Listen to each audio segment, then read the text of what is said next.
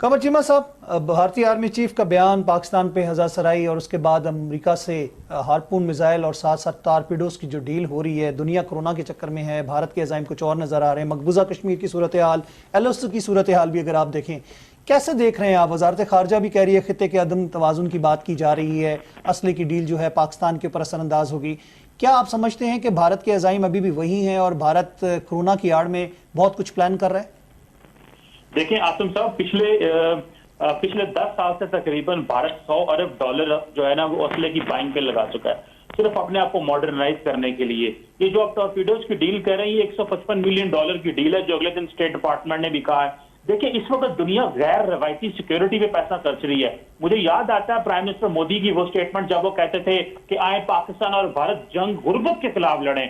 भाई, इस वक्त तो जंग लड़ने का मौका है बीमारी के खिलाफ। तो आप यहाँ पे $155 मिलियन जो है वो डील कर रहे हैं और वेपन ले रहे हैं, जबकि आपको तो वर्ल्ड बैंक $100 अरब दे रहा है हेल्थ इमरजेंसी के लिए।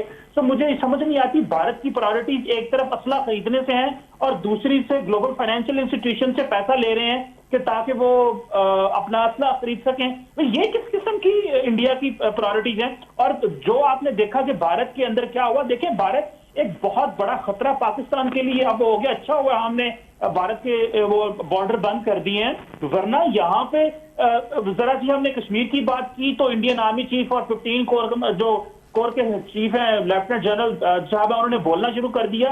उन्होंने कहा पाकिस्तान ने सिर्फ यही कहा ना कि जिस तरह हेल्थ कवरेज आप दिल्ली में देने की कोशिश कर रहे हैं, जो कि आप प्रॉपर से नहीं दे सके और इतने ज्यादा मरीज आ गए हैं, आप मकबूजा कश्मीर के अवाम को पहले आपने कर्फ्यू में बंद किया, तो खुदारा अब ना उनको कर्फ्यू में बंद कीजिएगा।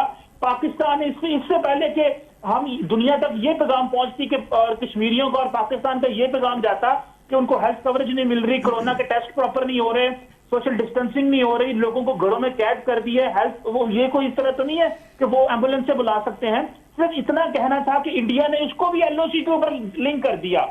तो जब भी आप देखें पाकिस्तान कश्मीर की बात करेगा, एलओसी के ऊपर जो वायलेशन शुरू हो जाएगी। अभी अप्रैल आया आसम रजा साहब और तकरीबन 800 850 वायलेशन सिर्फ इस 4 महीनों में हो चुकी हैं, जबकि पिछले साल 3000 से ज्यादा वायलेशन है। जबकि 2014 से जब से मोदी साहब आए हैं, वायलेशन जो है वो हर साल बढ़ रही हैं। तो यहाँ पे इंपॉर्टेंट चीज ये है कि सिर्फ इंटरनेशनल कम्युनिटी को बताने से काम नहीं बनेगा। मेरा ख्याल है भारत के अंदर अवाम को भी अवेयर करने का वक्त आ गया है।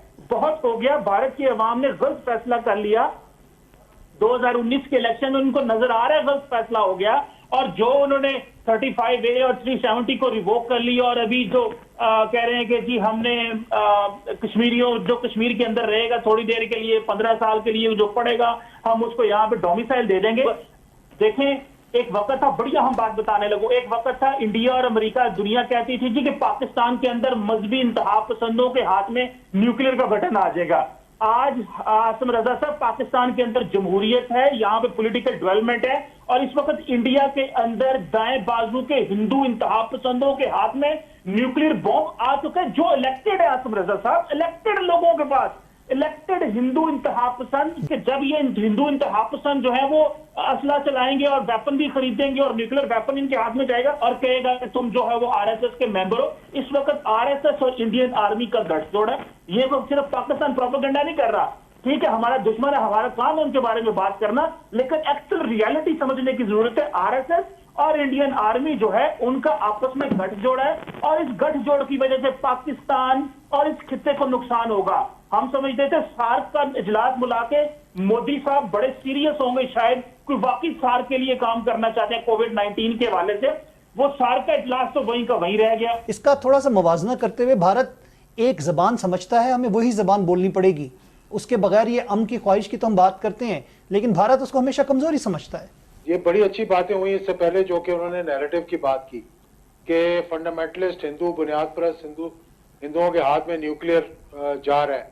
अगर आपको याद हो कि एक रेडियो इंटरव्यू था मेरे ख्याल में ओबामा का इलेक्शंस के दौरान, जिसमें पाकिस्तान के बारे में यही बातें कही जा रही थी कि ये न्यूक्लियर बम इनके हाथों में चला गया तो आप क्या करेंगे। तो उसने कहा मैं अभी बताना नहीं चाहूंगा, लेकिन मैं हिंदुस्तान को इस्तेमाल करूंगा। यानी तो उनका नैरेटिव जो है, वो अपना नैरेटिव जो बेच रहे थे, वो नैरेटिव वहां पे खरीदा जा रहा था। दूसरा, अमेरिका के करीब आने के लिए ये जो अभी आपने बताया कि इतनी बड़ी डिफेंस डील हुई है, ओबामा, इसको देख ले आप ट्रंप को कि ये जहां भी जा रहा है ये नहीं देखता कि हमारी दोस्ती इनसे कितनी है।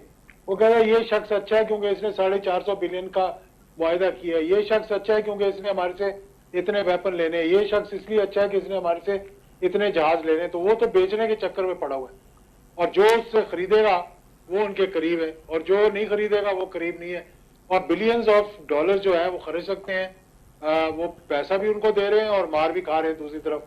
तो इसलिए मैं समझता हूँ हमें भी चाहिए कि हम अपने फॉरेन ऑफिस में जो अभी बड़ी अच्छी बात की कि the cornerstone of our foreign policy is Kashmir, तो हमें उस पर फोकस रखना चाहिए, उसको टॉप प्रायोरिटी रखनी चाहिए। हमने जब भी हिंदुस्तान से बात की है, बात शुरू होते ही कश्मीर अगर हमारा प्रायोरिटी नंबर 1 था ना, तो वो नीचे ले गए हम उसको।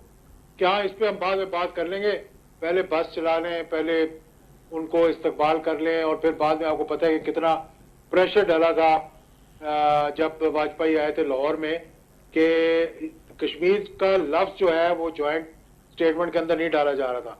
और आपको पता है कि फिर आर्मी चीफ ने किस तरह से जो भी बात हुई, मेरे ख्याल में सबको याद है कि किस तरह से वो डाला गया, नहीं डाला गया।